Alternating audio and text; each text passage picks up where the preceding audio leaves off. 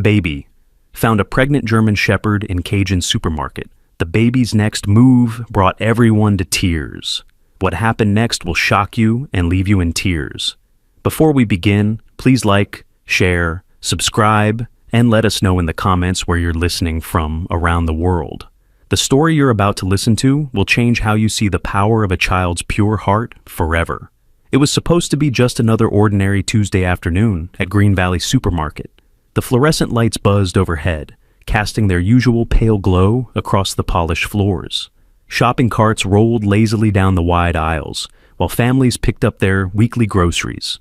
Everything seemed perfectly normal until 5-year-old Kai heard something that would change everything.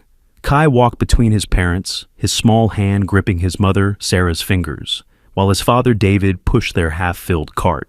The boy's bright blue eyes darted around the store with the curious wonder that only children possess. His favorite stuffed elephant, Peanut, tucked safely under his free arm. The soft gray fabric had been his constant companion for 3 years, and today was no different. "Can we get the cookies with the rainbow sprinkles?" Kai asked, looking up at Sarah with hopeful eyes. Sarah smiled down at her son. "We'll see, sweetheart. Let's finish getting everything on our list first." They moved through the produce section, past the colorful displays of fresh fruits and vegetables. David grabbed a bag of apples, while Sarah selected some bananas. The familiar sounds of the supermarket surrounded them, the gentle hum of refrigeration units, the distant beeping of checkout scanners, and the soft murmur of other shoppers' conversations. But then, Kai stopped walking. His small body went completely still, and his grip on Sarah's hand tightened. His head tilted slightly to the side, as if he was straining to hear something that the adults couldn't detect. "Kai? What's wrong, buddy?" David asked, noticing his son had fallen behind. "Listen," Kai whispered, his voice barely audible. "Do you hear that?" Sarah knelt down to her son's level. "Hear what, honey?" Kai's eyes were wide now, filled with a concern that seemed far too mature for his young age. "Someone's crying. She sounds scared." David and Sarah exchanged glances. They listened carefully, but all they could hear were the normal sounds of the busy supermarket. Shoppers chatted, carts squeaked, and the overhead speakers played soft background music. "I don't hear anything unusual, Kai," Sarah said gently. "Maybe it was just someone talking loudly." But Kai shook his head firmly. "No, Mom, it's not talking. It's crying, and it's coming from over there." He pointed toward a narrow corridor near the back of the store, marked with a sign that read, "Staff only, authorized personnel." The sound came again, so faint that it was almost lost among the ambient noise. But this time, Sarah heard it too, a soft, mournful whimpering that seemed to echo from somewhere beyond the restricted area. "You're right," Sarah said quietly, her maternal instincts immediately alert. "There is something." David moved closer to the corridor entrance, his protective nature kicking in. The sound was clearer here, definitely not human, but unmistakably distressed. It was the kind of sound that tugged at your heartstrings and demanded attention. "Should we tell someone?" Sarah asked, already knowing that they couldn't simply walk away. Before David could answer, Kai had slipped from his mother's grasp and was walking determinedly toward the staff corridor. His small frame moved with purpose. Peanut clutched tightly against his chest. "Kai, wait!" Sarah called out, but her son was already pushing through the partially open door, marked with warning signs about authorized access only. The corridor beyond was dimmer than the main store, lit by harsh overhead bulbs that flickered occasionally. Concrete walls painted institutional white stretched ahead, lined with metal shelving units filled with boxes and supplies. The air smelled different here, less like fresh produce and more like cleaning chemicals and cardboard. The crying sound was much clearer now, coming from somewhere deeper in the maze of storage areas. Kai followed the sound like a compass needle drawn to magnetic north, his small footsteps echoing in the narrow space. "Kai, come back here," David called, but he was following too, unable to ignore the increasingly desperate sounds ahead. They turned a corner and found themselves in a wider area used for receiving shipments. Large metal doors led to the loading dock, and stacks of pallets created temporary walls throughout the space. Industrial fans hummed overhead, trying to circulate the stale air. And there, tucked behind a tower of cardboard boxes in a shadowy corner, they found the source of the crying. It was a wire cage, roughly 4 feet by 3 feet. barely large enough for the beautiful German Shepherd mix curled inside it. The dog's golden brown coat was matted and dirty, and her dark eyes held a sadness that seemed to reach right into your soul. But what made the sight even more heartbreaking was her obviously pregnant belly, round and heavy with the puppy she was carrying. A piece of paper was taped to the top of the cage with words scrawled in black marker: "Lost property, temporary hold, do not remove." Kai gasped and immediately dropped to his knees beside the cage. "Oh no," he whispered, his young voice filled with genuine anguish. "You're so scared, aren't you?" The dog lifted her head and looked directly at the little boy. Her tail gave the faintest wag, as if recognizing a kind soul in this dark place. She pressed her nose against the wire bars, trying to get closer to this small human who seemed to understand her pain. "Mom, Dad, look at her," Kai said, tears already forming in his eyes. "She's going to have babies, but she's trapped in this tiny cage. That's why she was crying." Sarah felt her heart break as she took in the scene. The cage was far too small for a dog of this size, especially one in her condition. There was a small water dish that was nearly empty and no food in sight. The floor of the cage was covered with newspaper that looked like it hadn't been changed in days. "This isn't right," Sarah said, her voice tight with emotion. David was already looking around for someone in authority. "We need to find the manager immediately. This is no way to treat an animal." But Kai wasn't waiting for adult intervention. He carefully pushed Peanut through the bars of the cage. The stuffed elephant was almost too big to fit, but Kai maneuvered it until it was inside with the dog. "Here," he said softly. "Peanut will keep you company until we can get you out of there." The German Shepherd mix immediately nuzzled the stuffed animal, drawing comfort from its softness and the scent of the kind child who had given it to her. Her crying stopped for the first time in hours, replaced by gentle sniffing as she explored this unexpected gift. "What's your name, pretty girl?" Kai asked, pressing his small hand against the wire. The dog licked his fingers through the bars, and Kai giggled despite his tears. "I'm going to call you Luna because your eyes shine like the moon." "Kai, we should go find help," Sarah said, though she was just as reluctant to leave the distressed animal. "No," Kai said with surprising firmness. "We can't leave her alone again. She's been by herself too long already." That's when they heard heavy footsteps approaching from the main corridor. A man's voice called out, "Hey, you can't be back here?" A large man in a wrinkled button-down shirt and a name tag that read, "Manager Rick Stone," appeared around the corner. His face was red with irritation, and his small eyes darted nervously between the family and the caged dog. "This is a restricted area," Stone said curtly. "Customers need to return to the shopping floor immediately." "What is this dog doing in a cage back here?" David asked, his voice calm but firm. "And why is she in such poor condition?" Stone's jaw tightened. "That's not your concern. This is store property, and I'm going to have to ask you to leave this area right now." But Kai had no intention of leaving. He pressed himself closer to the cage, his small body forming a protective barrier between Luna and the hostile manager. "She needs help," Kai said, looking up at Stone with the fearless honesty that only children possess. "Her babies are coming soon, and she doesn't have enough room or food or clean water." Stone's face grew even redder. "Kid, you don't understand the situation. Animal control is coming to pick her up. She's not our responsibility." "When?" Sarah asked sharply. "When did you call animal control, and when are they coming?" Stone fumbled for an answer, his eyes avoiding direct contact. They'll be here when they get here. These things take time."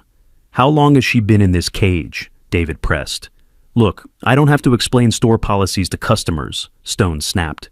"You need to leave this area immediately, or I'm going to have to call security." But even as he made his threats, Stone couldn't hide the nervous sweat that was beginning to bead on his forehead. He kept glancing at the dog as if her presence made him deeply uncomfortable. Kai wasn't intimidated by the manager's bluster. If anything, the man's obvious hostility made the little boy more determined to protect Luna. "We're not leaving her," Kai announced, sitting cross-legged in front of the cage. "She's scared, and she needs someone to stay with her until help comes." Luna seemed to understand that this small human was trying to protect her. She moved closer to the side of the cage where Kai sat, pressing her body against the wire as if drawing strength from his presence. "This is ridiculous," Stone muttered, pulling out his phone. I'm calling security to escort you out." As Stone stepped away to make his call, Sarah knelt beside her son. She could see the determination in his young face, the same stubborn streak that had gotten him in trouble at school for standing up to bullies who picked on smaller children. "Kai, sweetheart," she said gently, "maybe we should go find a police officer or call someone who can really help." "But what if they take her away while we're gone?" Kai asked, his eyes wide with worry. "What if animal control isn't really coming? What if Mr. Stone is lying?" David crouched down on Kai's other side. As much as he wanted to handle this situation through proper channels, he couldn't deny that his son's instincts seemed right. Something about the manager's behavior was off, and the condition of the dog suggested neglect rather than proper care. "Okay," David said quietly. "We'll stay for a few more minutes, but if this gets out of hand, we're leaving and calling the authorities from outside." Stone returned, his phone call apparently complete. "Security is on their way," he announced. "You have about 5 minutes to collect your child and leave voluntarily." But as he spoke, another voice came from the corridor entrance. "Excuse me, is everything okay back here?" A young man in his 20s approached, wearing the green vest of a store employee. His name tag read Jake, and he moved with the easy confidence of someone who knew the store well. His dark hair was tousled, and his kind eyes immediately took in the scene with obvious concern. "Jake, get back to your section," Stone ordered. "This doesn't concern you." But Jake was already looking at the caged dog, his expression growing troubled. "Rick, how long has she been back here?" "I thought animal control was supposed to pick her up yesterday." Stone's face went pale. That's not... They changed their schedule." Jake pulled out his phone and showed the screen to Sarah. "I took this picture this morning when I came in for my shift. There was an unmarked white van in our loading dock around 6 a.m. 2 guys unloaded this cage, but they didn't have any paperwork." The photo clearly showed the same cage, being carried by 2 men in dark clothing toward the store's rear entrance. The van behind them was old and weathered, with faded lettering on the side that was impossible to read clearly. "I asked Rick about it, but he said it was all handled through corporate," Jake continued, his voice growing more uncertain. "But this doesn't look like any animal control vehicle I've ever seen." Stone was visibly sweating now. "Jake, you're overstepping your authority. Get back to work immediately, or you'll be looking for a new job." But Jake stood his ground. "Rick, look at her condition. This isn't right, and you know it." Sarah was already dialing her phone. "I'm calling Dr. Maya Patel. She's a veterinarian friend of mine, and her clinic is just 10 minutes away."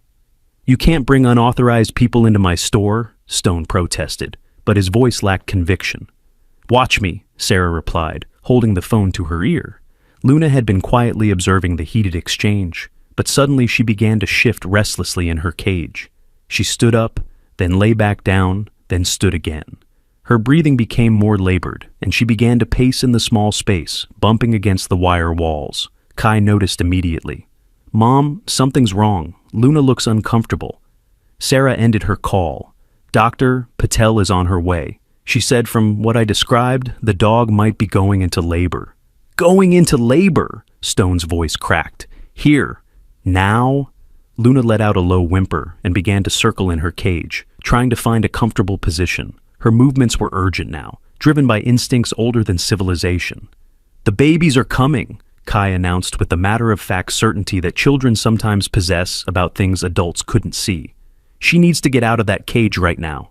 "Absolutely not," Stone said, but his authority was crumbling. "I'm not opening that cage. The liability alone? The liability of letting puppies be born in a cage barely big enough for their mother?" David asked, his patience finally wearing thin. Jake was already reaching for his keys. "Rick, we have to do something. We can't let her give birth in there."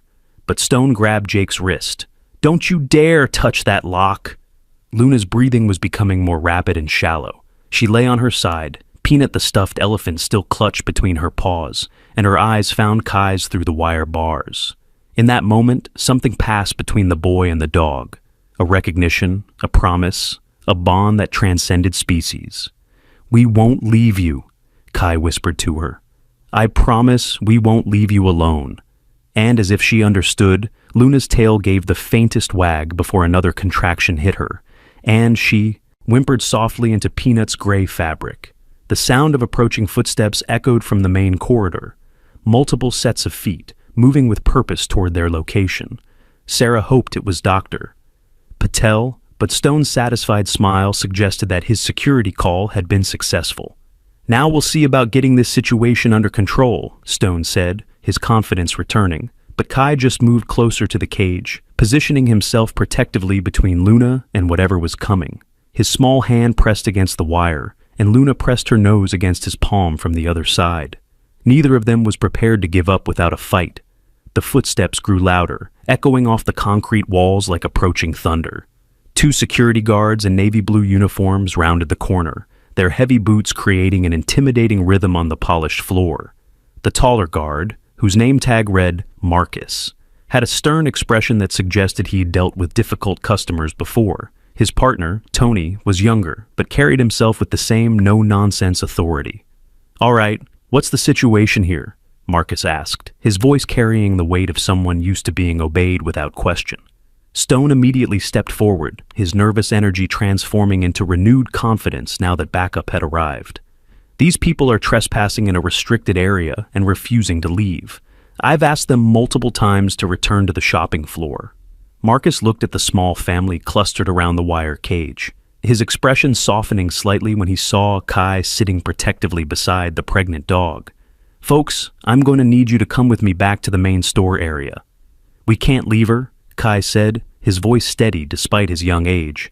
"Luna is about to have her babies, and this cage is too small. She's scared." Tony crouched down to get a better look at the situation. Unlike his partner, he seemed genuinely concerned about the dog's condition. "Jesus, Rick, how long has this animal been back here? She looks like she's in distress." "That's not relevant," Stone snapped. "What's relevant is that these customers are in an unauthorized area and need to be escorted out immediately." Sarah stood up, her maternal instincts in full protective mode.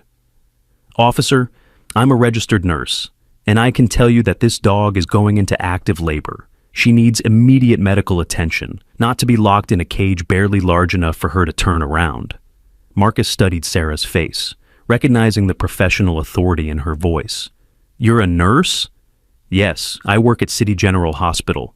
I've called a veterinarian friend of mine, Dr. Maya Patel, and she's on her way here now. This animal needs help." "She needs to be removed from store property," Stone interrupted, his voice rising with frustration. "I don't care if she's giving birth to a whole litter. This is private property, and these people are trespassing." Jake, who had been quietly observing the confrontation, stepped forward with his phone in hand. "Marcus, Tony, you need to see this. I documented everything that happened this morning." He swiped through several photos on his phone, showing them to the security guards. "This cage was delivered by two guys in an unmarked van at 6 a.m. No paperwork, no official animal control badges, nothing. They just unloaded it and left." Marcus frowned as he looked at the images. "That's not standard protocol for animal control pickups." "Exactly," Jake continued. "And when I asked Rick about it, he couldn't give me a straight answer about who these guys were, or when they'd be back." Stone's face was growing redder by the minute. "Jake, you're way out of line here. These are confidential store operations that don't concern hourly employees." "Confidential?" Tony asked, raising an eyebrow. "Since when are animal control procedures confidential?" Luna chose that moment to let out a long, low whine that seemed to cut through all the human arguing. She was lying on her side now, her breathing rapid and shallow. Her eyes were fixed on Kai, as if he was the only source of comfort in this chaotic situation. "She's getting worse," Kai announced, pressing his face close to the cage bars. "The babies are coming really soon." David, who had been trying to stay calm for his son's sake, finally spoke up with barely controlled anger. "Look at this animal. Look at her condition. She's dehydrated, stressed, and about to give birth in a space smaller than a prison cell. Whatever's going on here, it's not right." Marcus was beginning to look uncomfortable with the whole situation. As a father himself, he could see the genuine distress in the little boy's face. And as someone who'd worked security for over a decade, he was starting to recognize the signs that Stone was hiding something. "Rick," Marcus said carefully, "do you have the proper documentation for this animal? Animal control permits, health certificates, that kind of thing?" Stone fumbled in his shirt pocket and pulled out a crumpled piece of paper. Right here. All official and legitimate. Jake leaned over to look at the document and his eyes widened. Marcus, this is just a copy of our standard lost and found form. I use these every day for shopping carts and umbrellas. It's got yesterday's date, but someone changed it with a pen. Tony took the paper and examined it closely. This has definitely been altered. Look, you can see where someone wrote over the original date. Stone snatched the paper back. You people are seeing things that aren't there. That's an official document from corporate headquarters. Then you won't mind if I call corporate to verify? Marcus asked, pulling out his radio. Don't you dare! Stone's mask finally slipped completely, revealing the panic underneath. This is my store, and I make the decisions here. I want these people removed immediately, or I'll find security guards who will follow orders. The tension in the room was thick enough to cut with a knife. Luna was panting heavily now, and even through her distress, she seemed to sense that something important was happening. Her dark eyes moved between the faces surrounding her cage, as if trying to understand which humans were friends and which were threats. That's when they heard another voice from the corridor entrance. Excuse me, is this where I can find the pregnant dog that needs medical attention? Dr. Maya Patel appeared around the corner, carrying a large veterinary bag and wearing scrubs under a light jacket. She was a small woman with kind eyes behind wire-rimmed glasses, but she moved with the confident authority of someone who'd spent years saving animal lives. Stone stepped in front of her. You can't be back here. This is a restricted area. Dr. Patel looked at him with the same expression she might use for a particularly troublesome pet owner. Sir, I'm a licensed veterinarian responding to an emergency call about an animal in distress. Unless you want to be responsible for whatever happens to this dog and her unborn puppies, I suggest you let me do my job. She pushed past Stone and immediately knelt beside the cage, her trained eyes quickly assessing Luna's condition. Oh, sweetheart, she murmured softly. What have they done to you? Kai looked up at the veterinarian with hope in his young eyes. Can you help her? She's been crying, and the cage is too small, and her water bowl is almost empty. Dr. Patel's expression grew grave as she examined Luna through the wire bars. She pulled a small device from her bag and waved it over the dog's shoulder area. The device beeped several times, and Dr. Patel's frown deepened. She's microchipped, Dr. Patel announced, and according to this scanner, she's been reported stolen. The silence that followed was deafening. Even Stone seemed stunned by this revelation. Stolen? Sarah asked, her voice barely a whisper. Dr. Patel nodded grimly. The chip database shows she was reported missing 3 weeks ago. Her registered name is Bella, and she belongs to a retired police officer named James Crawford.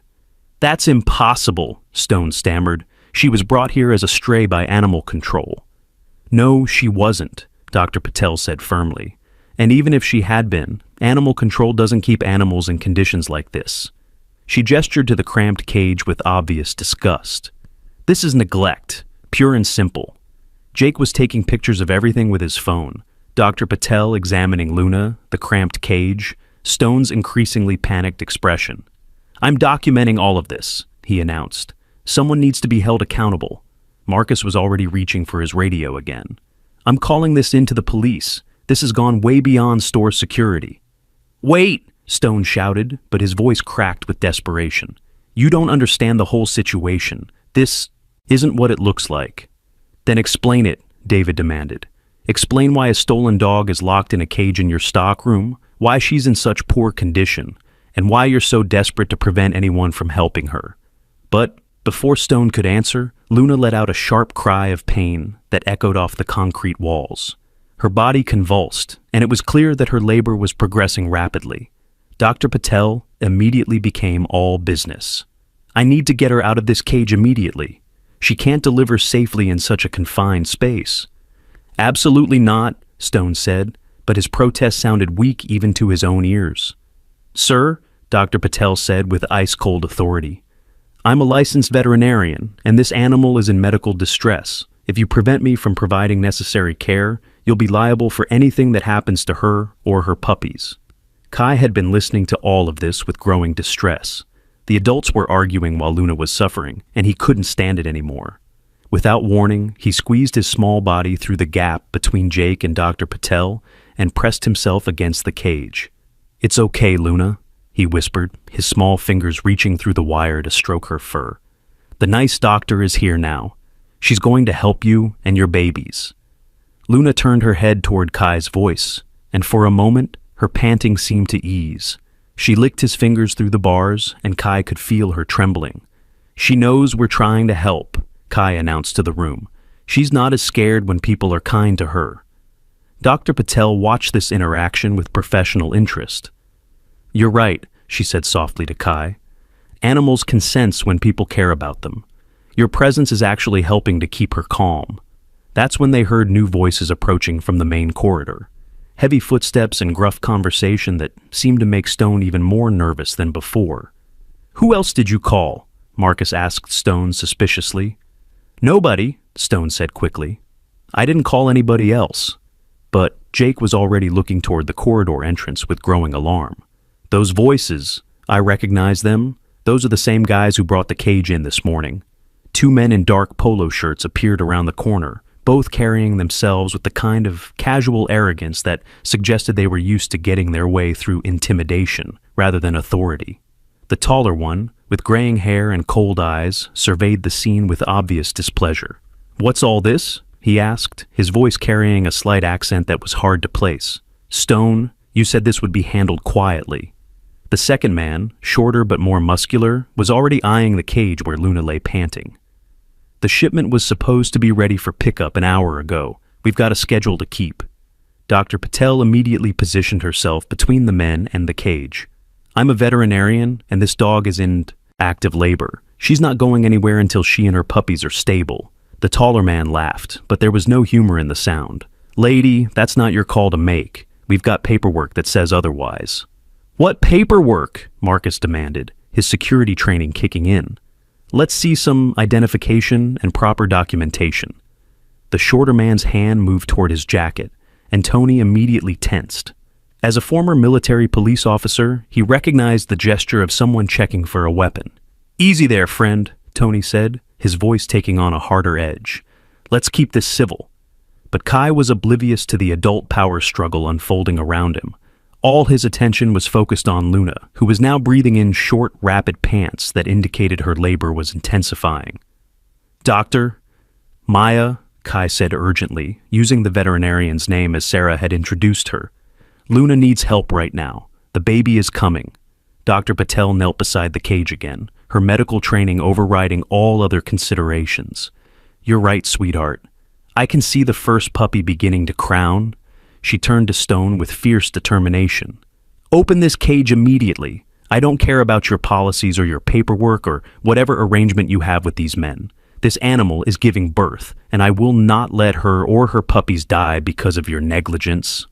Stone looked desperately at the two men in polo shirts, as if seeking guidance, but they were already backing toward the corridor, apparently deciding that their presence was drawing too much attention. "We'll be in touch, Stone," the taller man said ominously. "This better be resolved quickly." As they disappeared around the corner, Jake immediately started after them.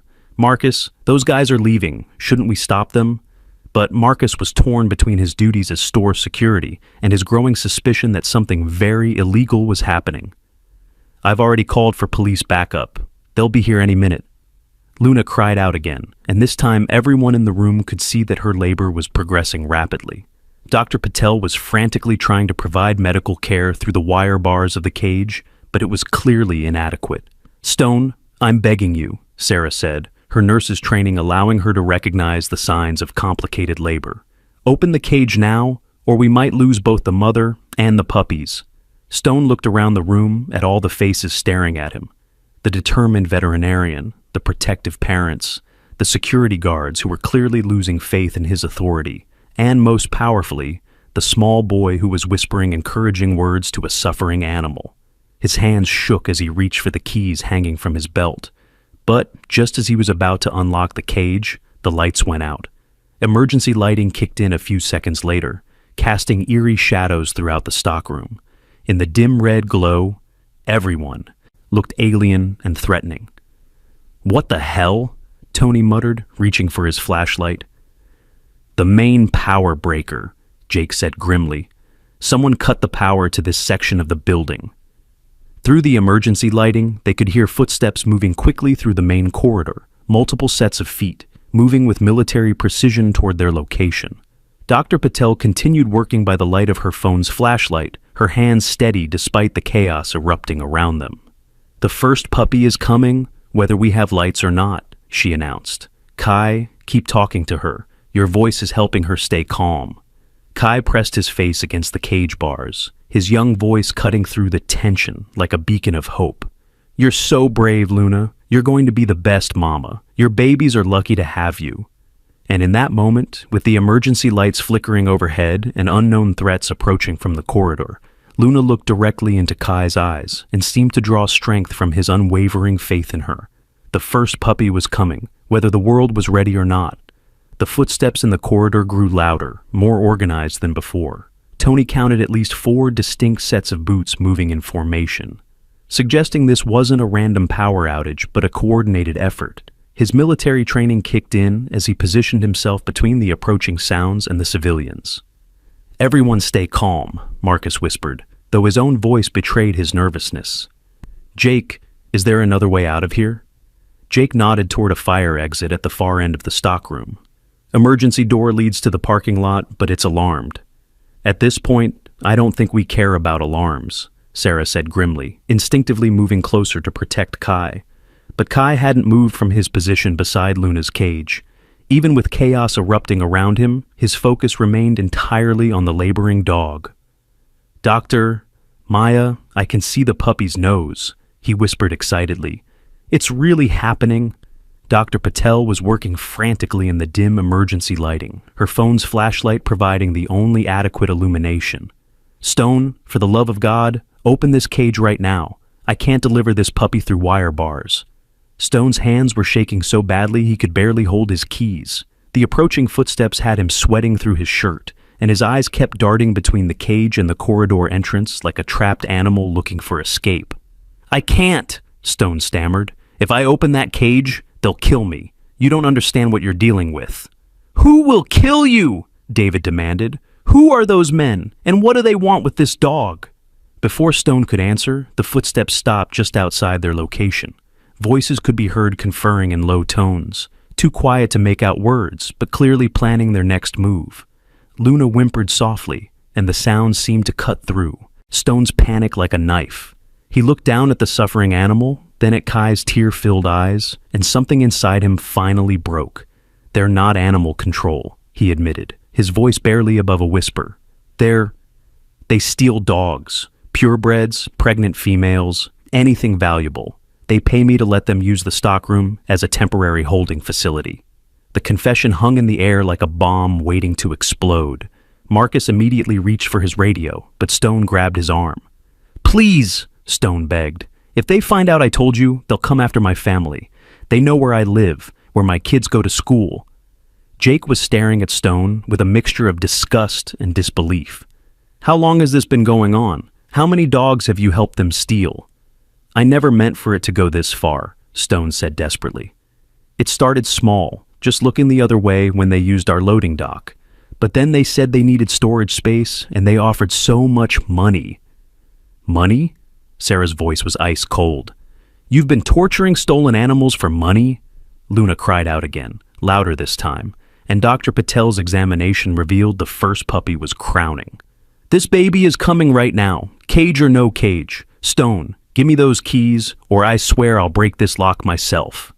The voices in the corridor were getting closer, and now they could hear the sound of equipment being moved. Whatever the men were planning, they were preparing for it methodically. Tony had taken position by the corridor entrance, using a stack of boxes as cover. His security training had taught him to read tactical movements, and everything about this situation screamed professional operation. "These aren't just dog thieves," Tony said quietly to Marcus. "This is organized crime, probably a puppy mill operation or illegal breeding ring." Marcus nodded grimly. "The police should be here any minute. We just need to hold out until they arrive."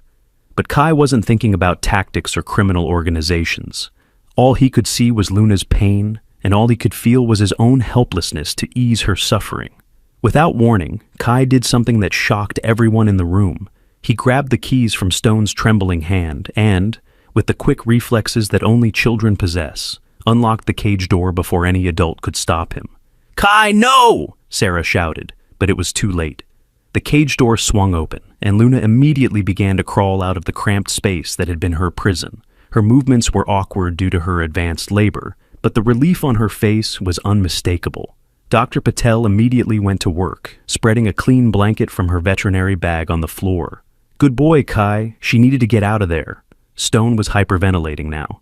"They're going to kill us all. You don't understand. These people don't leave witnesses."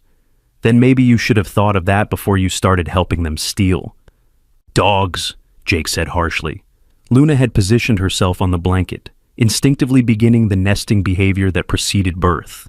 Kai knelt beside her head, gently stroking her ears, while Dr. Patel prepared for the delivery.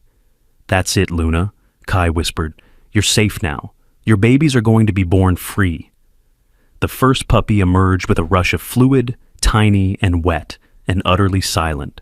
Dr. Patel immediately began clearing its airways, working with practiced efficiency to stimulate breathing.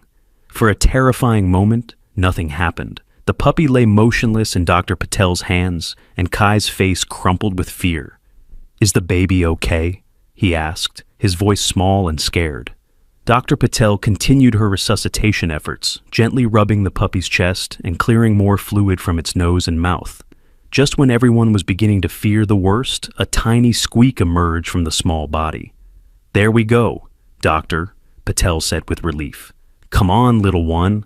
The puppy squeaked again, stronger this time, and began to wiggle in the veterinarian's hands. Kai burst into tears of joy, and even the adults found themselves smiling despite the dangerous situation surrounding them. Luna immediately began licking her newborn, her maternal instincts overriding everything else. The sight of this reunion, mother and child finally together, was so moving that even Stone seemed affected by it. "How many more?" Sarah asked, her nursing experience helping her read the signs of ongoing labor. "At least 2 or 3 more, Doctor," Patel replied, gently placing the first puppy near Luna's belly, where it immediately began nursing. German Shepherds typically have 4 to 6 puppies in a litter. That's when the lights came back on. The sudden brightness was disorienting after the dim emergency lighting, but it also revealed something terrifying.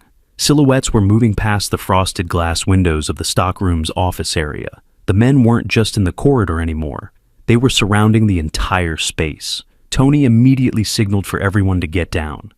"They're positioning for entry from multiple points," he whispered. "This is bad." Marcus was frantically trying to reach police dispatch on his radio, but he was getting nothing but static. "They're jamming communications," he realized. Jake had his phone out, live streaming everything to his social media accounts. "If something happens to us, at least there will be a record," he said grimly. But even as danger closed in around them, the miracle of life continued. Luna was already showing signs that the second puppy was coming, and Dr. Patel was prepared to assist.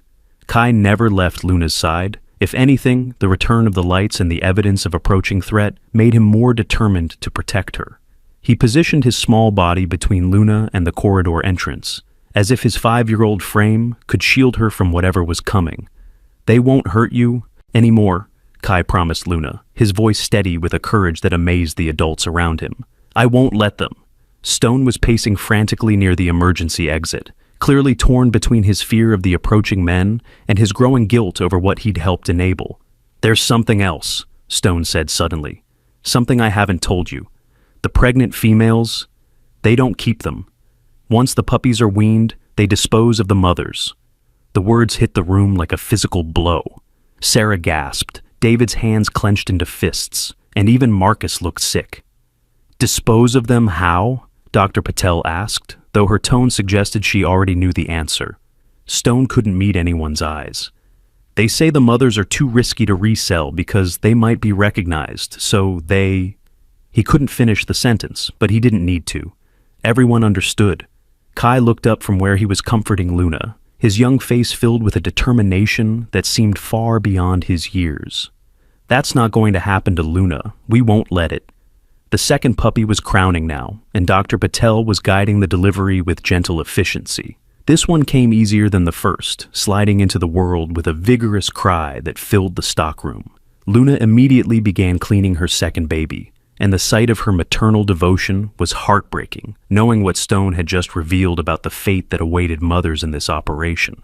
2 healthy puppies, Dr. Patel announced, though her voice was tight with emotion. Both appeared to be breathing well and nursing successfully.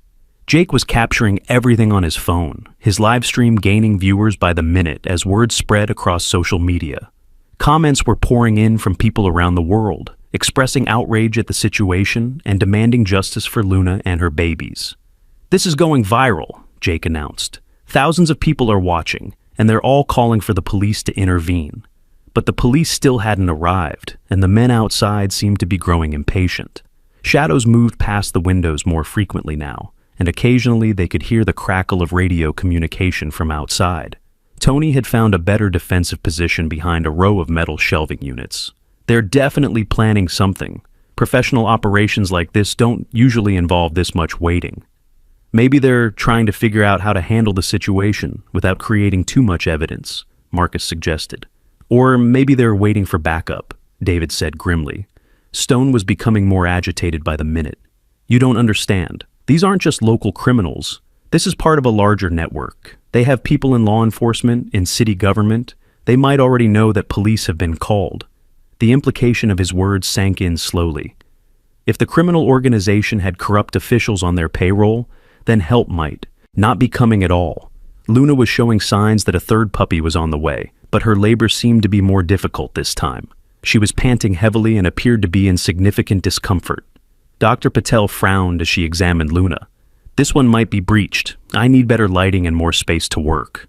Kai immediately moved to adjust the blanket beneath Luna, trying to make her as comfortable as possible.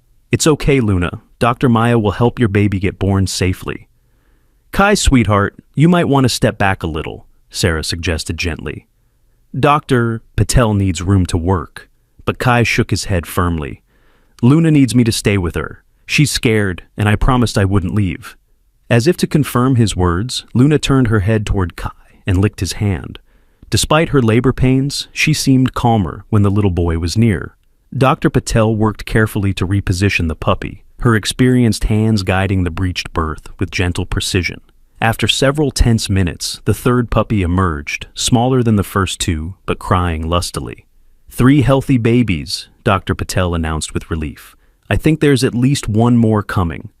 The pile of puppies nursing against Luna's belly was growing, and the sight was both beautiful and heartbreaking. These innocent lives had been born into a situation of danger and uncertainty, but they were surrounded by people who were determined to protect them. That's when they heard a new sound from outside, the distant wail of sirens. "Finally," Marcus breathed, "the cavalry is coming." But Stone's face went white.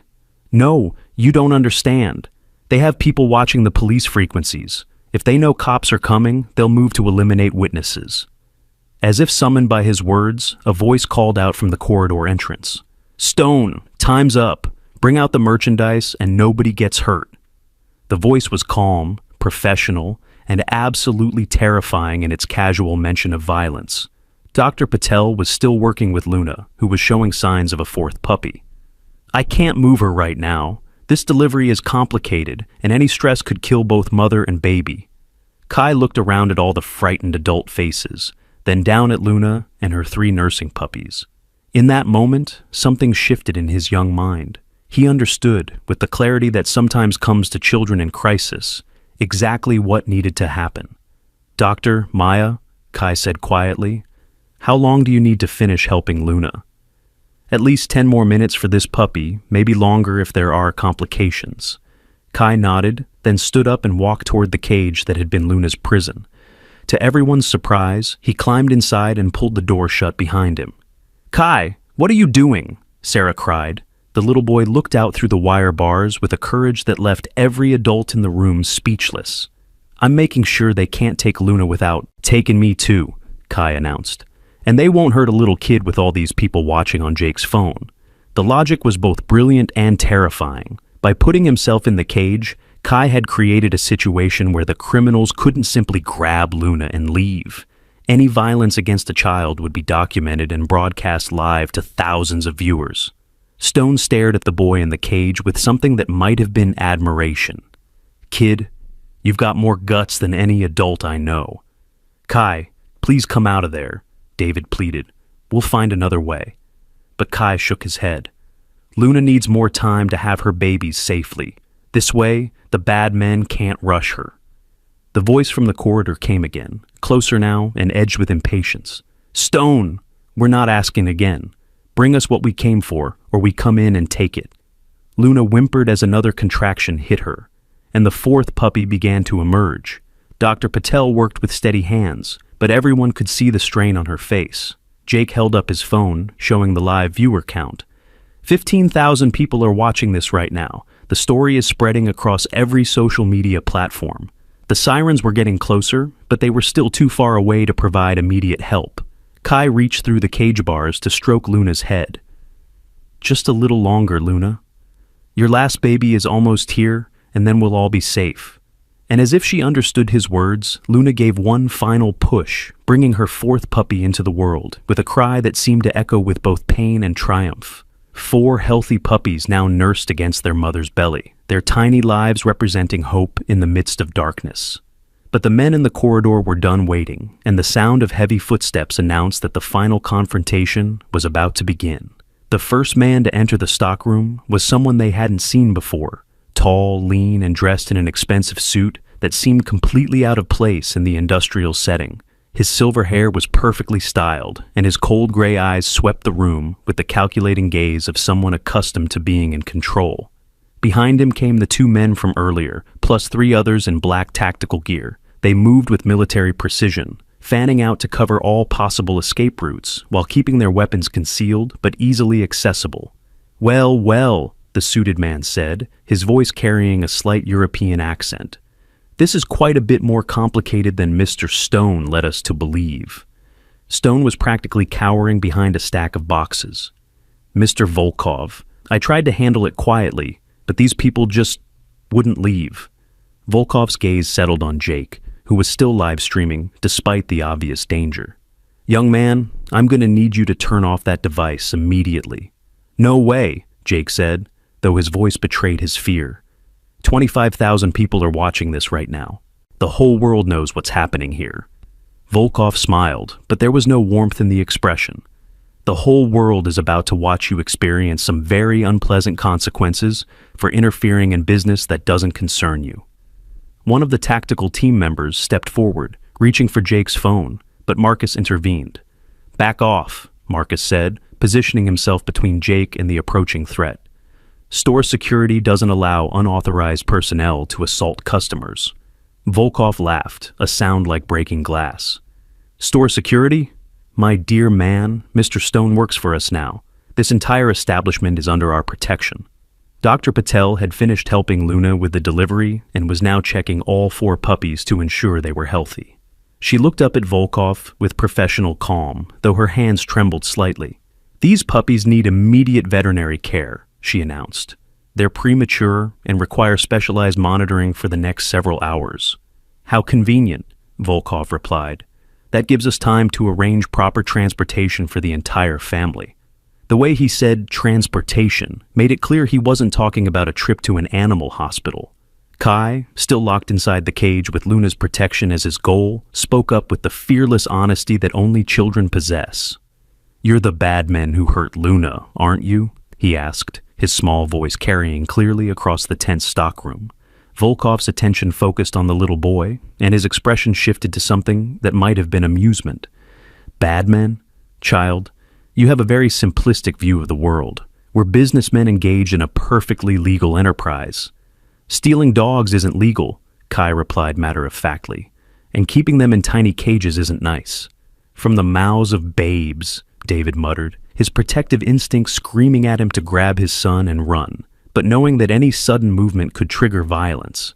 Sarah was calculating distances and possibilities, her nursing training having taught her to think clearly under pressure. The emergency exit was still accessible, but they'd never make it with Luna and 4 newborn puppies. Volkov gestured to one of his men, who approached the cage where Kai sat protectively beside Luna and her babies. Remove the child. We have work to do. But Kai pressed himself against the back of the cage, wrapping his arms around Luna's neck. I'm not leaving her. If you take Luna, you have to take me too. The tactical team member reached for the cage door, but Jake's voice cut through the tension. 30,000 viewers now, Jake announced loudly. And I've been broadcasting your face for the last 5 minutes, Mr. Volkov. Everyone can see exactly who you are and what you're doing. Volkov's composure slipped for the first time. He hadn't expected his involvement to be documented and broadcast in real time. In his line of work, anonymity was everything. Turn off that device immediately, Volkov ordered, his accent becoming more pronounced as his anger grew. Can't do that, Jake replied, though sweat was beading on his forehead. This is a live feed with automatic backup. Even if you destroy my phone, the footage is already saved in multiple locations. Dr. Patel used the distraction to check Luna's condition more thoroughly. What she discovered made her stomach drop. She's hemorrhaging, Dr. Patel announced quietly to Sarah. The stress of the situation is causing complications from the delivery. She needs immediate emergency surgery. Sarah's nursing experience told her that Luna was indeed in critical condition. The dog's breathing was becoming labored, and there were clear signs of internal bleeding. Mr. Volkov, Sarah said, stepping forward with professional authority. This animal is dying. Whatever your business arrangement, she's worthless to you dead. Volkov studied Sarah with the same calculating gaze he'd used on the rest of the room. You seem to know something about medical matters. I'm a registered nurse. This dog needs emergency surgery within the next hour, or she'll bleed to death. How very inconvenient, Volkov replied. Perhaps we should simply cut our losses and focus on the puppies. The casual way he discussed Luna's potential death sent a chill through everyone in the room. Kai's eyes filled with tears, but his voice remained steady. You can't let Luna die. She's a good dog, and she just had her babies. They need their mama. Volkov seemed genuinely puzzled by the child's emotional response. Boy, it's just an animal. There are millions of dogs in the world. But there's only one Luna, Kai replied with the simple logic of childhood. And she's special. Marcus had been quietly assessing the tactical situation while the conversation continued. 6 armed men against 2 security guards, a family with a small child, a veterinarian, and a store employee. The odds were not in their favor, but the sirens were getting closer, and Marcus could now distinguish multiple vehicles approaching the store. Help was coming, but the question was whether it would arrive in time. Stone, who had been silent during most of the confrontation, suddenly spoke up with desperate urgency. Mr. Volkov, the police will be here any minute. We need to evacuate immediately. Volkov's cold gaze settled on Stone with obvious displeasure. Mr. Stone, your handling of this situation has been thoroughly incompetent. Perhaps it's time for a change in management. The threat in his words was unmistakable, and Stone's face went white with terror. That's when Tony made his move. Using his military training, Tony had been quietly repositioning himself for a tactical advantage. While everyone's attention was focused on the conversation, he had worked his way behind a row of shelving units that provided both cover and a clear line of sight to the emergency exit. Marcus, Tony called out sharply, "Get everyone to the exit, now!" Tony's shout was the signal for chaos to erupt. Marcus immediately began herding the civilians toward the emergency door, while Tony engaged the nearest tactical team member. But Kai refused to leave the cage. "I'm not leaving Luna!" he shouted, even as his parents tried to coax him out. "She's hurt, and she needs me." Dr. Patel made a split-second decision that would haunt her for years afterward. Instead of fleeing to safety, she grabbed her emergency medical kit and positioned herself to provide whatever care she could for Luna. "If the boy won't leave the dog, then I'm staying to keep them both alive," she announced. Sarah faced an impossible choice. Her maternal instinct screamed at her to grab Kai and run, but she could see that he would fight her every step of the way.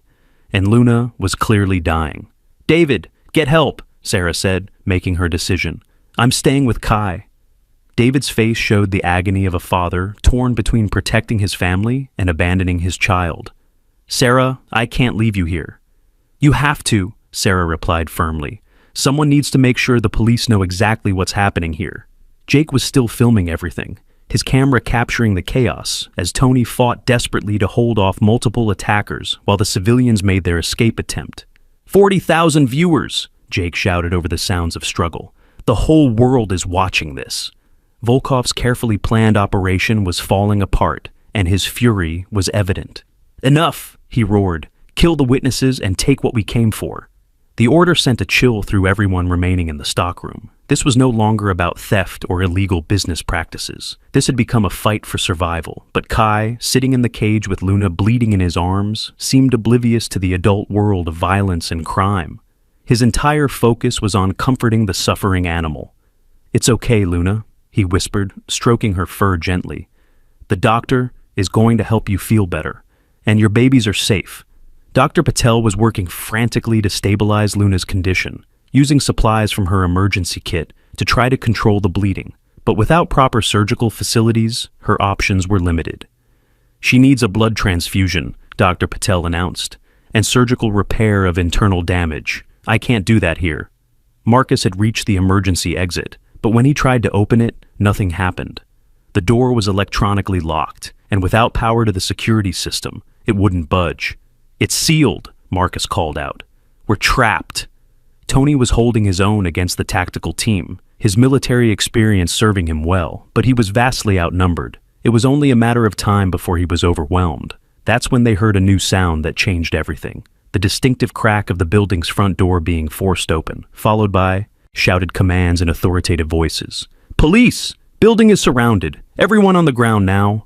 Volkov's expression shifted from anger to calculation. His operation was blown, his anonymity was compromised, and law enforcement was breaching the building, but he still had civilians as potential hostages. "Change of plans," Volkov announced to his team. "Secure the high-value assets and prepare for negotiation." The high-value assets he was referring to were clearly Kai, Luna, and her puppies. In Volkov's criminal mind, they represented both the original goal of the operation and potential leverage against law enforcement. But he had underestimated the power of live-streaming social media. Jake's broadcast had not only documented the entire criminal operation, but it had also provided real-time intelligence to the responding police units. They knew exactly how many suspects were inside, where the civilians were located, and what weapons were visible. More importantly, the viral nature of the livestream had drawn the attention of federal authorities. This was no longer just a local police matter. Dr. Patel had managed to stabilize Luna's bleeding temporarily, but the dog was still in critical condition. "She needs surgery within the next 30 minutes, she announced. "I've done everything I can with field medicine." Kai looked up at the veterinarian with trust that seemed far beyond his young years. "Will Luna be okay if she gets to a real hospital?" "Yes, sweetheart," Dr. Patel replied, though her professional honesty forced her to add, "if we can get her there in time." Stone, who had been cowering in the background throughout the confrontation, suddenly found his courage. Perhaps it was seeing a 5-year-old boy show more bravery than he had, or perhaps it was the realization that his criminal associates were prepared to kill witnesses, including children. "Mr. Volkov," Stone said, his voice shaking but determined, "I have something you need to know." Volkov turned his cold gaze toward the store manager. "Unless you're about to tell me you've found a way out of this building, I'm not interested in your input." "I kept records," Stone announced. "Every transaction, every animal that came through here, every payment you made, it's all documented and stored in a safety deposit box." The silence that followed this revelation was deafening. Even the sounds of struggle between Tony and the tactical team seemed to pause. "You did what?" Volkov asked, his voice dangerously quiet. "Insurance," Stone replied, some of his fear replaced by desperate defiance. "I knew this business would eventually go bad, so I kept evidence to protect myself." Jake zoomed his camera in on Stone's face, capturing every word for his growing audience. 50,000 viewers, he announced. Everyone just heard that confession. Volkov's carefully constructed criminal empire was crumbling in real time, broadcast live to an audience that was sharing and resharing the footage across every social media platform imaginable. "Stone, you pathetic fool," Volkov said with cold fury. "You've destroyed everything." But Stone was beyond caring about Volkov's anger. Seeing Kai's courage had awakened something in him that had been buried under years of greed and fear. "It was already destroyed," Stone replied. "I just helped document it." That's when the police breached the stockroom. The tactical entry was swift and professional. Officers in full gear poured through multiple access points simultaneously. their training evident in their coordinated movements and clear commands. "Everyone on the ground, hands visible, now!" Volkov's team found themselves surrounded and outnumbered by superior firepower and training. The criminal operation that had seemed so powerful moments before was suddenly revealed to be exactly what it was: a group of thugs who preyed on helpless animals and intimidated civilians. But in the confusion of the police entry, something beautiful happened. Luna, despite her injuries and the chaos surrounding her, managed to lift her head and lick Kai's face. The little boy giggled through his tears, and the sound seemed to cut through all the adult drama like a beam of pure light. "She's saying thank you," Kai announced to anyone who would listen. "Luna knows we saved her and her babies." Dr. Patel was already coordinating with the police medics who had entered with the tactical team. "I need immediate transport to a veterinary emergency facility. This animal requires surgery." One of the officers, a young woman with kind eyes, knelt beside the cage where Kai sat with Luna. "Hey there, brave guy," she said gently. "I'm Officer Martinez. Can you tell me your name?" "I'm Kai," the little boy replied politely. "And this is Luna. She just had 4 babies, but some bad men hurt her. Dr. Maya is going to make her better." Officer Martinez looked at the scene, a 5-year-old boy protecting a mother dog and her newborn puppies in a wire cage, while chaos raged around them, and understood immediately why this story was capturing hearts around the world. "Kai," Officer Martinez said, "you did something very brave today, but now the police are here, and we're going to make sure Luna and her babies are safe." "Promise?" Kai asked, his young eyes searching Officer Martinez's face for the truth. "I promise," she replied, and meant it completely. As Volkov and his associates were led away in handcuffs, and as emergency veterinary transport was arranged for Luna and her puppies, Jake continued filming. His live stream had become a window into both the darkest and brightest aspects of human nature, but the story was far from over. In fact, the most powerful moments were still to come. The emergency veterinary transport arrived within minutes, a specialized ambulance equipped with life support systems for critical animal cases. Dr. Patel worked alongside the emergency team to carefully transfer Luna and her 4 puppies into the mobile intensive care unit. Kai refused to let go of Luna's paw until the very last moment, whispering promises that he would visit her as soon as the doctors said it was okay. The sight of the little boy saying goodbye to the dog, who had become so important to him, brought tears to the eyes of even the most hardened police officers. "Will Luna remember me?" Kai asked Dr. Patel as they loaded the stretcher into the ambulance. "Animals never forget the people who show them kindness," Dr. Patel replied gently. "Luna will always remember the brave little boy who saved her life." As the ambulance pulled away with sirens wailing, Jake's live stream captured the moment from multiple angles. His viewer count had climbed to over 75,000 people, and the comments section was flooded with messages of support for both Kai and Luna. Officer Martinez knelt beside Kai as they watched the ambulance disappear around the corner. "How are you feeling, buddy?" Kai considered the question with the serious thoughtfulness that had characterized his entire approach to the crisis. "Scared for Luna, but happy that she's getting help, and proud that we didn't give up on her." Sarah wrapped her arms around her son, finally allowing herself to fully feel the terror of what they had just experienced. "You were so brave, sweetheart, but you scared Mommy and Daddy very much." "I'm sorry I scared you," Kai replied, leaning into his mother's embrace. "But I couldn't let the bad men hurt Luna. She was counting on us." David joined the family embrace, his voice thick with emotion. "Son, what you did today, I've never been more proud of anyone in my entire life." Detective Sarah Chen arrived on the scene as the criminal suspects were being processed. She had been following Jake's live stream from her office and immediately recognized the significance of what had been documented. "This is the break we've been waiting for," Detective Chen told Officer Martinez. "We've been tracking this dog theft ring for months, but we could never get enough evidence to build a case." She approached Jake, who was still filming despite his exhaustion. "Young man, that footage you captured is going to put these criminals away for a very long time. You may have saved hundreds of animals." Jake managed a tired smile. "I just wanted people to see what was really happening. Sometimes the truth needs witnesses." Stone was sitting on a stack of boxes, looking like a man who had aged 10 years in the past hour. Detective Chen approached him with a combination of professional authority and human compassion. "Mr. Stone, I understand you mentioned having documentation of the criminal operation. We're going to need your full cooperation to dismantle this network."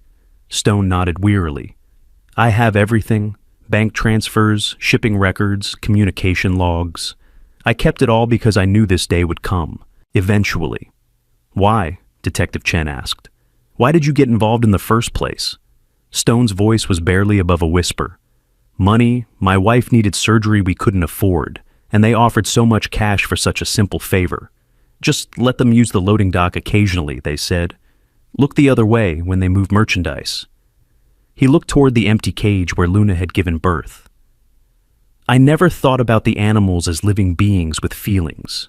They were just merchandise. But seeing that little boy's courage, watching him refuse to abandon that dog even when he was terrified," Stone's voice broke. "I realized I had become someone I didn't recognize, someone my own children would be ashamed of." Detective Chen had seen many criminals express remorse, but Stone's genuine anguish seemed authentic. "Your cooperation now can help us shut down the entire operation. That won't erase what happened, but it might prevent other animals from suffering." Meanwhile, Dr. Patel called from the veterinary hospital with an update on Luna's condition. Sarah answered the phone and put it on speaker so everyone could hear. "The surgery went better than expected," Dr. Patel reported. "Luna is stable, and all 4 puppies are healthy. She's going to make a full recovery." Kai's face lit up with joy so pure that several of the police officers found themselves smiling despite the serious circumstances. "Can we visit her tomorrow?" "I think that can be arranged, Doctor," Patel replied warmly. "Luna has been asking for you." "Dogs can't really ask for people," Sarah said gently. "Actually," Dr. Patel corrected, "Luna has been restless and looking toward the door every time someone enters the recovery room. Animals definitely remember the people who help them during crisis situations." Jake's live stream was still running, and his audience had grown to over 100,000 viewers as news outlets began picking up the story. Comments were pouring in from around the world, with people sharing their own animal rescue stories and praising Kai's courage. But the most significant development was yet to come. Dr. Patel's voice came through the phone again, but this time with barely contained excitement. "There's something else. When I scanned Luna's microchip more thoroughly at the hospital, I discovered additional information in the database." "What kind of information?" Detective Chen asked, her professional instincts alert. "Luna's original name is Bella, and she belongs to a retired police K-9 handler named Officer James Crawford. He's been searching for her for 3 weeks, ever since she was stolen from his backyard." The revelation sent a shock through everyone present. Luna wasn't just any stolen dog. She was a retired police dog, trained to serve and protect, who had been kidnapped and forced into a breeding operation. "Officer Crawford is on his way here," Dr. Patel continued. "He should arrive within the hour." Kai's eyes widened with new understanding. "Luna was a police dog? Like a hero dog?" "That's right," Detective Chen confirmed.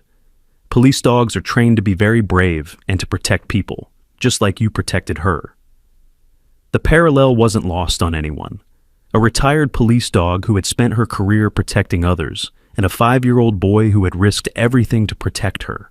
It was the kind of story that transcended simple news and became something that touched the fundamental human capacity for empathy and courage. Jake continued documenting everything, understanding instinctively that this story was far bigger than a single incident of animal cruelty.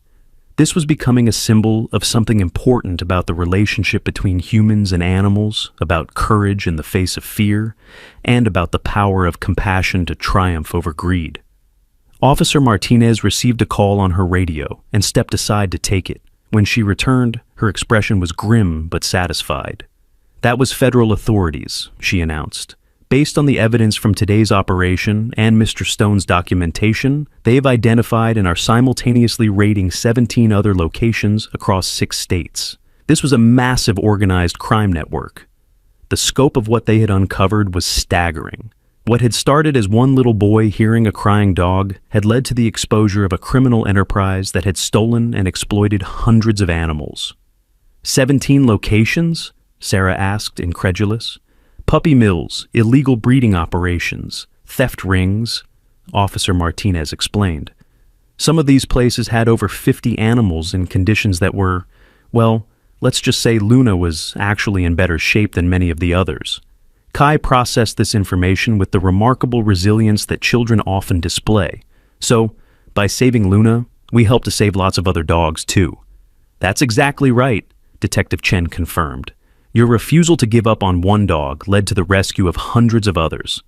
Jake's audience was now approaching 150,000 viewers, and major news networks were beginning to request permission to rebroadcast portions of his footage. The story was going global, but for Kai, the numbers and the media attention were far less important than one simple question.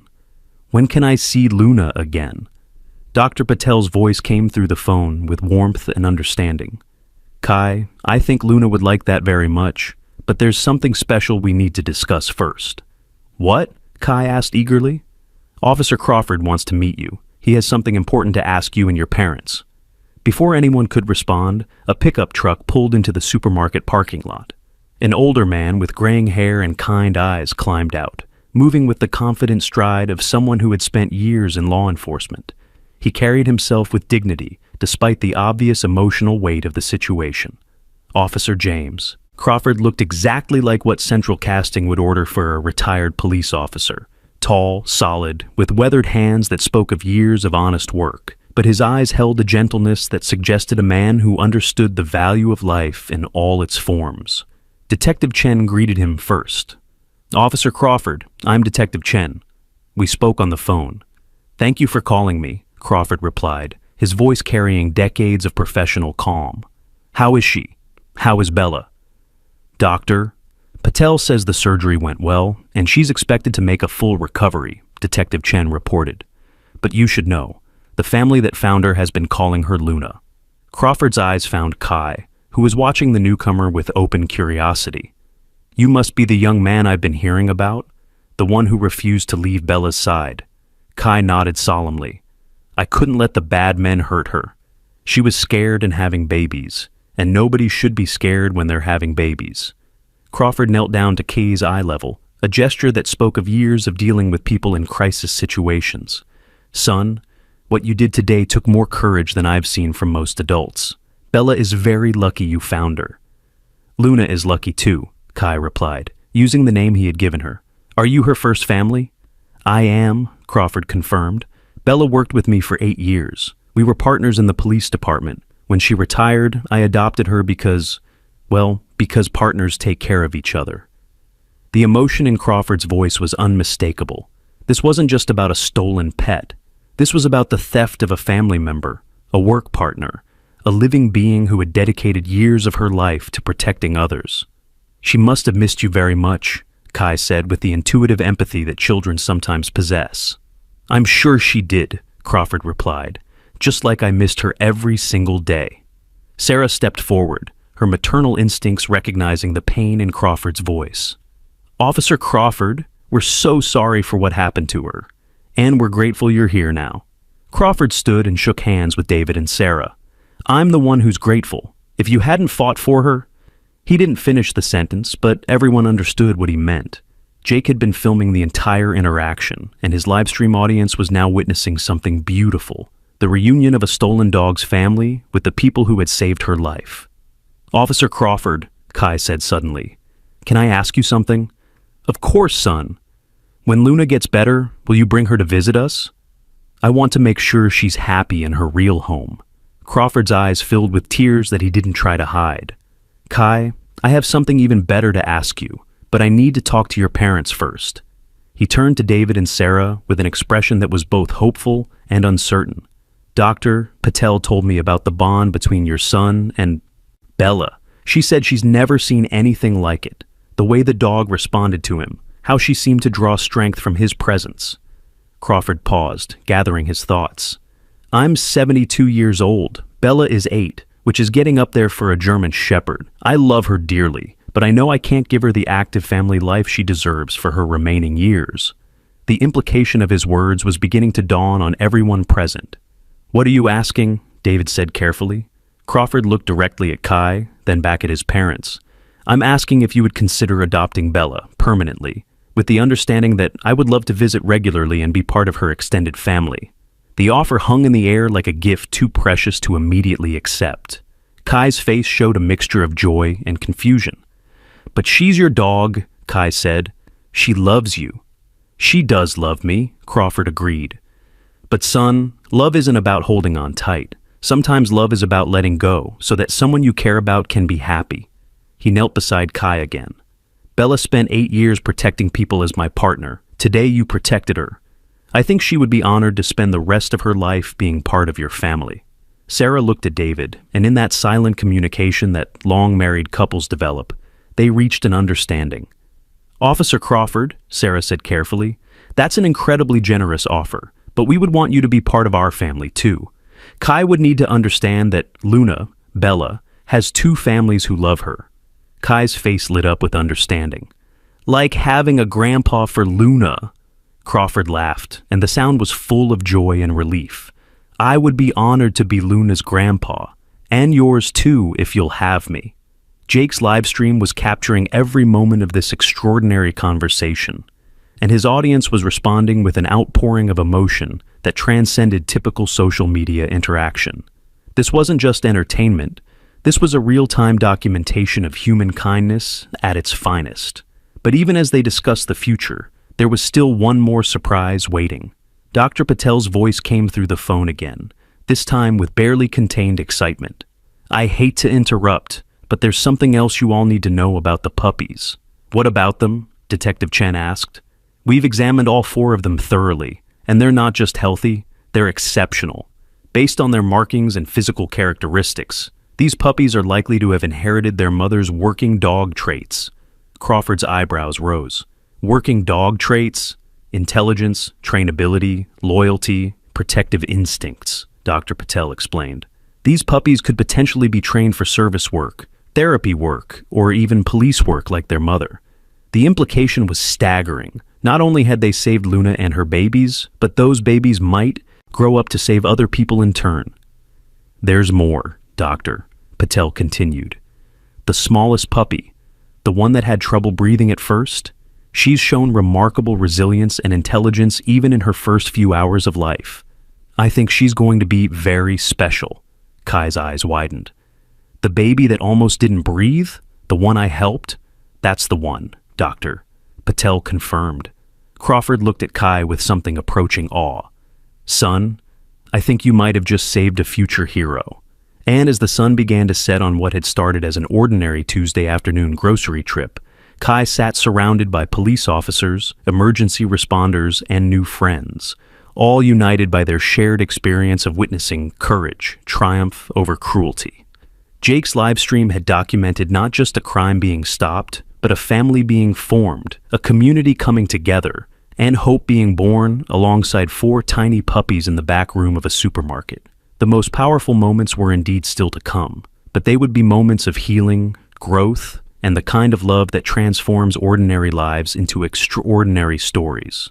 3 days later, the veterinary hospital was buzzing with activity as Dr. Patel prepared for what she had privately dubbed the most important reunion of her career. Luna, who everyone had agreed would keep her new name while acknowledging her original identity as Bella, was ready to meet her extended family for the first time since the rescue. Kai had barely slept the night before, his excitement mixing with nervous energy as he prepared to see Luna again. He had spent hours making a special gift, a hand-drawn picture showing Luna surrounded by her 4 puppies, with himself sitting beside them and Officer Crawford standing protectively nearby. "Do you think she'll remember me?" Kai asked his parents for the 100th time as they drove to the veterinary hospital. "Animals never forget the people who saved them," Sarah replied, echoing Dr. Patel's earlier words. "Luna knows exactly who you are." The hospital's parking lot was more crowded than usual, with several news vans and reporters who had been following the story since Jake's livestream had gone viral. The footage had been viewed over 2 million times across various platforms, and the story had been picked up by international media outlets. But for Kai, the attention was secondary to the simple desire to see his 4-legged friend again. Dr. Patel met them at the hospital entrance, her face glowing with the satisfaction that comes from successful healing. "She's doing wonderfully," she reported, Her surgical incisions are healing perfectly, and her spirit is stronger than ever. "And the babies?" David asked. "All 4 puppies are thriving. They're nursing well, growing rapidly, and showing remarkable intelligence for such young animals." Officer Crawford was already in the recovery room when they arrived, sitting quietly beside Luna's comfortable bed. The reunion between dog and handler had been emotional but gentle, with Luna showing clear recognition and affection for her former partner, while also displaying a new confidence that hadn't been there before her traumatic experience. When Kai entered the room, Luna's reaction was immediate and unmistakable. Her tail began wagging with an intensity that made her entire body wiggle, and she struggled to get to her feet, despite Dr. Patel's gentle admonishments to rest. "Luna!" Kai exclaimed, rushing to her side and gently hugging her neck. "I missed you so much. Are you feeling better?" Luna covered Kai's face with gentle licks, her dark eyes bright with recognition, and what could only be described as gratitude. The bond that had been forged in crisis had clearly deepened during their separation. "Look what I made for you," Kai said, carefully unfolding his drawing and showing it to Luna. "It's you and your babies and all of us together." Crawford watched this interaction with wonder. In his 8 years working with Luna as Bella, he had never seen her respond to anyone with quite this level of affection and trust. "Son," Crawford said softly, "I think you've found yourself a best friend for life." Dr. Patel guided them to a separate area where the 4 puppies were sleeping in a specially designed whelping box. At 3 days old, they were still tiny, but their personalities were already beginning to emerge. "This one," Dr. Patel said, gently lifting the smallest puppy, "is the one you helped save during the birth. We've been calling her Hope."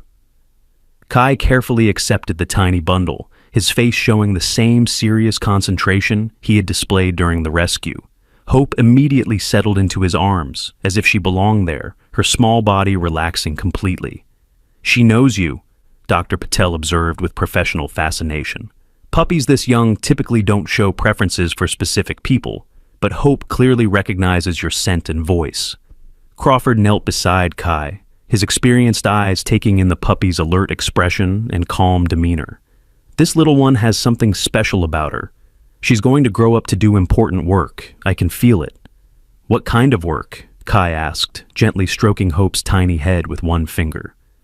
"Maybe police work like her mama, or maybe therapy work helping sick people feel better," Crawford explained. "Some dogs are born with the gift of helping humans. I think Hope is one of those dogs." Jake arrived at the hospital with his camera equipment, having been invited to document this reunion as a follow-up to his viral live stream. His original footage had been viewed over 3 million times now, and major networks were requesting interviews with all the participants. But Jake had learned something important about storytelling during the original crisis.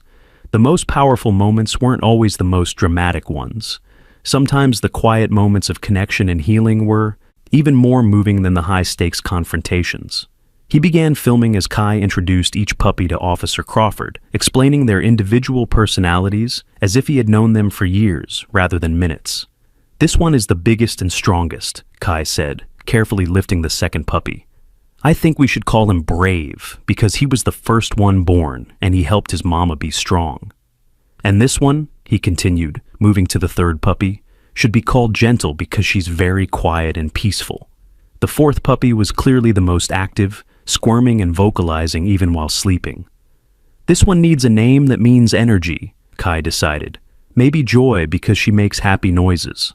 Crawford was taking notes, understanding that these names chosen by a 5-year-old would likely stick for the rest of the puppies' lives.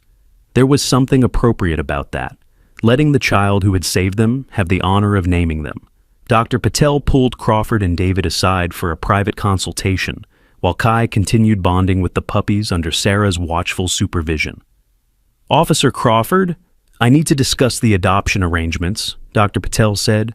"Legally, Luna is still your dog since she's microchipped in your name. Any transfer of ownership would need to be official." Crawford nodded. "I've already contacted my lawyer. The paperwork is being prepared to officially transfer ownership to David and Sarah, with visiting rights clearly established for me." "There's something else, Doctor," Patel continued. "The puppies will need homes in about 6 weeks when they're weaned. Given their likely potential as working dogs, we'll need to be very careful about placement." David looked back at Kai, who was now lying on the floor beside Luna while the puppies crawled around him. "What are you thinking?" "I'd like to suggest that Hope stay with Kai's family," Dr. Patel said. "The bond between them is extraordinary, and I believe she would thrive in that environment." Crawford's eyes lit up. "That would mean Luna would get to help raise one of her own puppies. It's like keeping the family together." "What about the other 3?" David asked.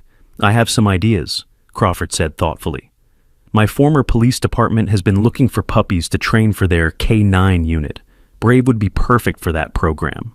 And I know a therapy dog organization that would love to evaluate Gentle for their program." "And Joy?" Dr. Patel asked. Crawford smiled. "I have a grandson who's been begging his parents for a dog. An energetic puppy who loves life might be exactly what that family needs." The plan was taking shape beautifully, but there was still one more surprise waiting. Detective Chen arrived at the hospital with news that would make the story even more remarkable. She was accompanied by a woman in a business suit who carried herself with obvious authority. "I'd like you all to meet Agent Sarah Rodriguez from the FBI," Detective Chen announced. "She has some important information about the impact of your actions." Agent Rodriguez stepped forward with a warm smile that immediately put everyone at ease. "First, I want to personally thank all of you for your courage and quick thinking. Your actions led to the largest animal trafficking bust in federal history." The numbers she shared were staggering.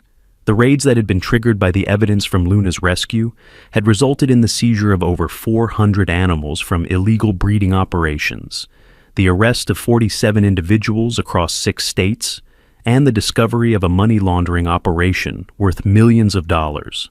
But the most important outcome, Agent Rodriguez continued, is that those 400 animals are all receiving proper medical care and will be placed in loving homes. Kai looked up from where he was playing with the puppies. 400 animals? We helped save 400 animals?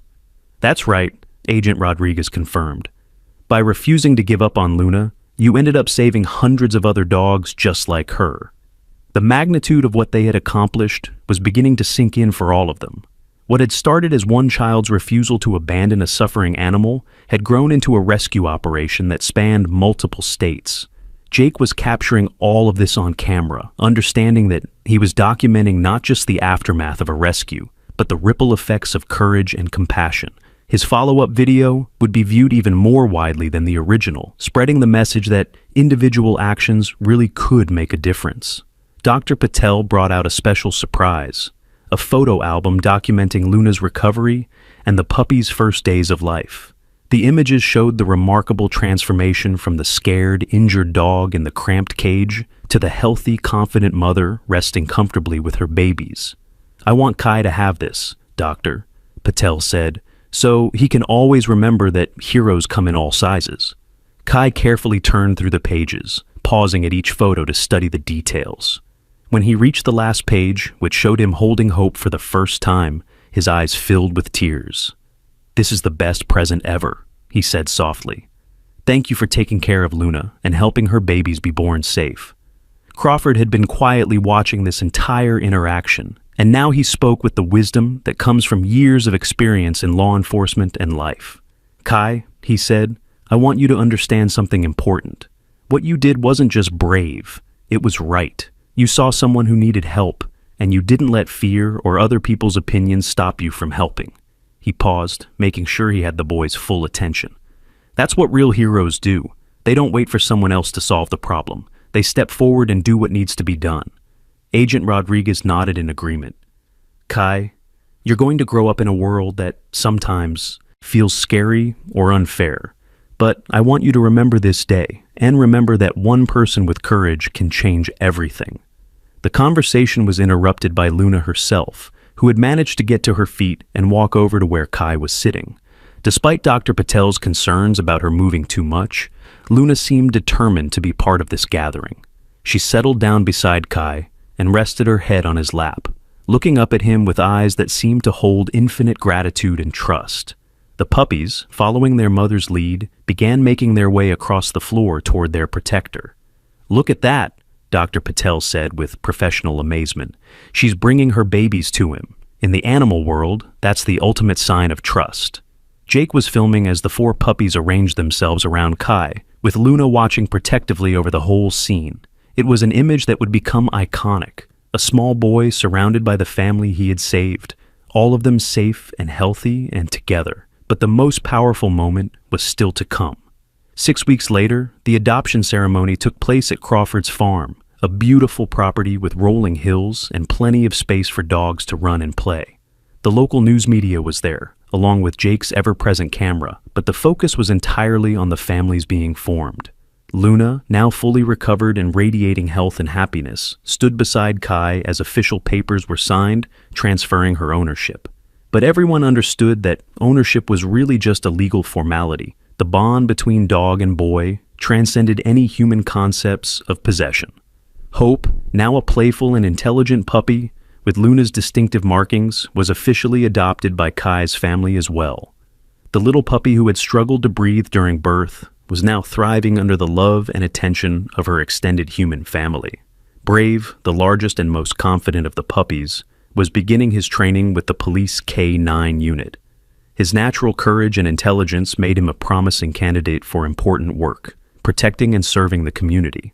Gentle had been accepted into a therapy dog program, where her calm and empathetic nature would be trained to help children in hospitals and elderly people in nursing homes. And Joy, true to her name, had brought boundless energy and happiness to Crawford's grandson's family, where she was learning to be both a beloved pet and a source of constant entertainment.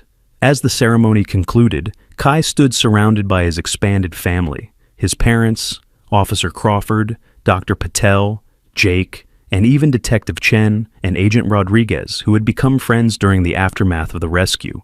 But most importantly, he was surrounded by Luna and Hope, the two dogs who represented both the beginning and the continuation of a story about courage, compassion, and the unbreakable bonds that form when people choose to help those who cannot help themselves. Crawford lifted a glass of apple cider and a toast. To Kai, who showed us that heroes don't need to be big or strong or grown up. Sometimes they just need to be kind. To Luna and her babies, Sarah added, who taught us that family isn't just about blood relations, but about who you choose to love and protect. To second chances, David concluded, and to the power of never giving up on someone who needs help. As the sun set over Crawford's farm, Kai sat with Luna and Hope beside a small pond, watching the other puppies play with their new families. Jake was there too, documenting these quiet moments that were just as important as the dramatic rescue that had started everything. "Luna," Kai said softly, "are you happy now?" Luna's tail wagged gently, and she licked Kai's face with the same tenderness she had shown during their first meeting in that cramped cage. "I think that's a yes," Jake observed, lowering his camera to simply enjoy the moment.